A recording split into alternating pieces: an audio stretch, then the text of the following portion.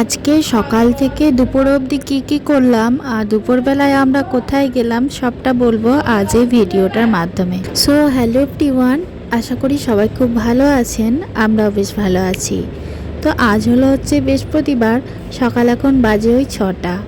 আজকে সকাল থেকেই শুরু হয়ে গেছে প্রচণ্ড পরিমাণে বৃষ্টি, আর বৃষ্টিটা দেখুন কিভাবে পড়ছে, একদম সেই ব্যাকাভাবে। তো এই দিকটা আমাদের জানলাটা খোলা ছিল, একদম পুরো চেয়ার থেকে সমস্তটাই ভিজে গেছিলো। তো আমি একটা কাপড় দিয়ে ভালো করে মুছে নিলাম, তারপর চলে আসলাম ঘরের ভেতর। বিছানাটা পাতা আছে, তো বিছানাটা ঠিকঠাকভাবে গুছিয়ে নিয়ে চলুন। ওইদিকে বিছানাটা গুছিয়ে নিলাম, আর এদিকে আজকে রান্না করব আলু পোস্ত, আর একটু উচ্ছে আছে, ওটা উচ্ছে আলু ভাজা করব ভাবছি। আর এদিকে একটু শাক ছিল, ওই যে কলমির শাক, ওটাকে কেটে নিলাম কুচি কুচি করে, আর একটুখানি উল সিদ্ধ। এই হচ্ছে আজকের আমাদের মেনু। সব সবজিগুলো কাটা হয়ে গেলে একটা সাইডে ধুয়ে রেখে দিলাম। আর এই বেসিনে কটা বাসন ছিল, দুধের হাঁড়িটাও ছিল, তো দুধের হাঁড়িটা একটু টাইম লাগে মাজতে, তো সেই জন্য একটু ভিজিয়ে রেখে দিয়েছিলাম। তারপরে সব বাসনগুলো ঠিকমতো ধুয়ে রেখে দিয়ে আসলাম। তো চলুন এদিকে শাকটা আগে চাপিয়ে ফেলি। শাক তো সবার শেষে করতে নেই, প্রথমেই করে নিতে হয়। তো সেই জন্য শাকটা আমি ওইদিকে নেড়ে চেড়ে চাপিয়ে দিলাম, আর এদিকে একটা বাটির মধ্যে ওলটা সেদ্ধ করতে দিলাম। ওলটা ততক্ষণ সেদ্ধ হোক, ততক্ষণ আমি এদিকে পোস্তটা বেটে নিই। আর একটুখানি ওলে দেওয়ার জন্য সর্ষেও বেটে নিলাম। তো চলুন এদিকে পোস্ত বাটাও হয়ে গেল, এবার যাই দেখে আসি শাকটা হয়ে গেছে কিনা।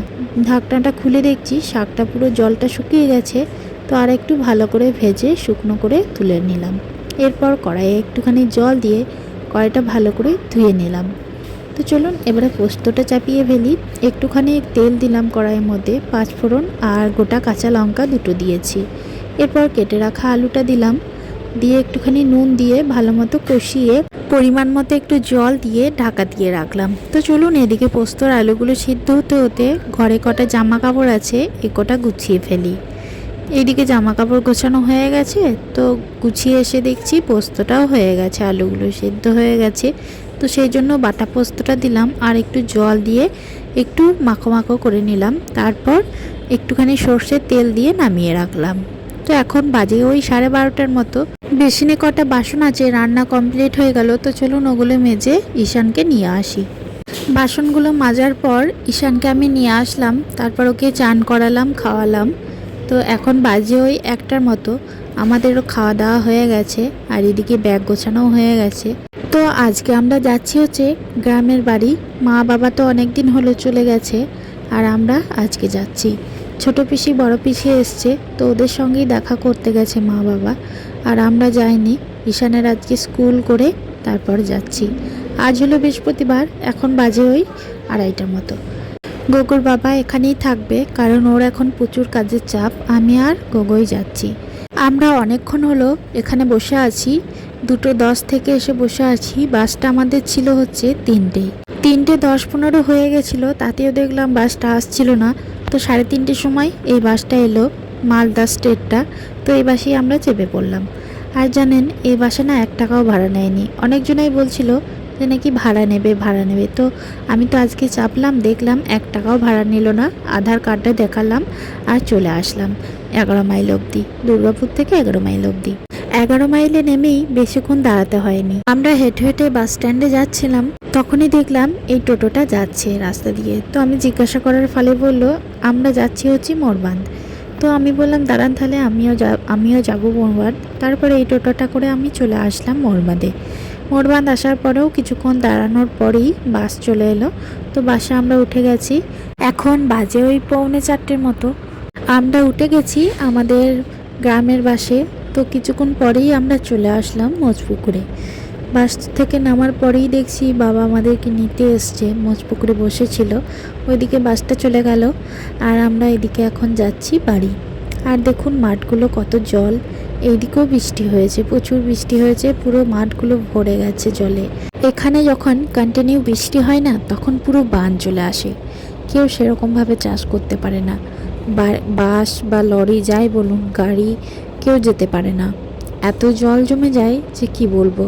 এক বছর কি হয়েছে, বৃষ্টিতে প্রচুর বান চলে এসেছিলো, তো একটা লোক বাইক নিয়ে যেতে গেছে, আর ওর বাইক সমেত ওকে নিয়ে চলে গেছে স্রোতে। প্রচুর পরিমাণে রাস্তাগুলোতে জল জমে যায়, কেউ যেতে পারে না, যানবাহন চলাচল করতে পারে না, কিচ্ছু করতে পারে না যতক্ষণ না ওই জলটা কমে। তো দেখুন আমরা চলে আসলাম আমাদের বাড়িতে। আর ওই যে আমাদের দুর্গা মন্দির, এখন ওই মেরা বাঁধছে খড় দিয়ে। দুর্গা মূর্তিটা আমি আপনাদের দেখাবো, চলুন আমি আগে বাড়িতে যাই, ফ্রেশ হয়েই সন্ধ্যাবেলায় সন্ধ্যা দিতে যাব, তখন আপনাদেরকে দেখাবো। এই যে আমাদের বাড়ি, এটা হচ্ছে আমার হাতে লাগানো জবা গাছ, ওইদিকে লেবু গাছ আছে, অনেক কিছু গাছ লাগিয়ে গেছি। অনেক মন খারাপ করে এই গাছগুলোর জন্য যখন আমি দুর্গাপুরে থাকি। তো অনেক দিন পর আমি এই গাছগুলোকে দেখলাম। আর জানেন, আমার প্রচুর নেশা আছে গাছ লাগানোর। গাছ লাগাতে আমার খুবই ভালো লাগে, আর যখন সেগুলো ফুল ফল দেয় না, তখন আরও ভীষণ ভালো লাগে। তো আমরা এখন চলে এসেছি বাড়িতে। আমি এখন এই বসে আছি, চাটা খাবো।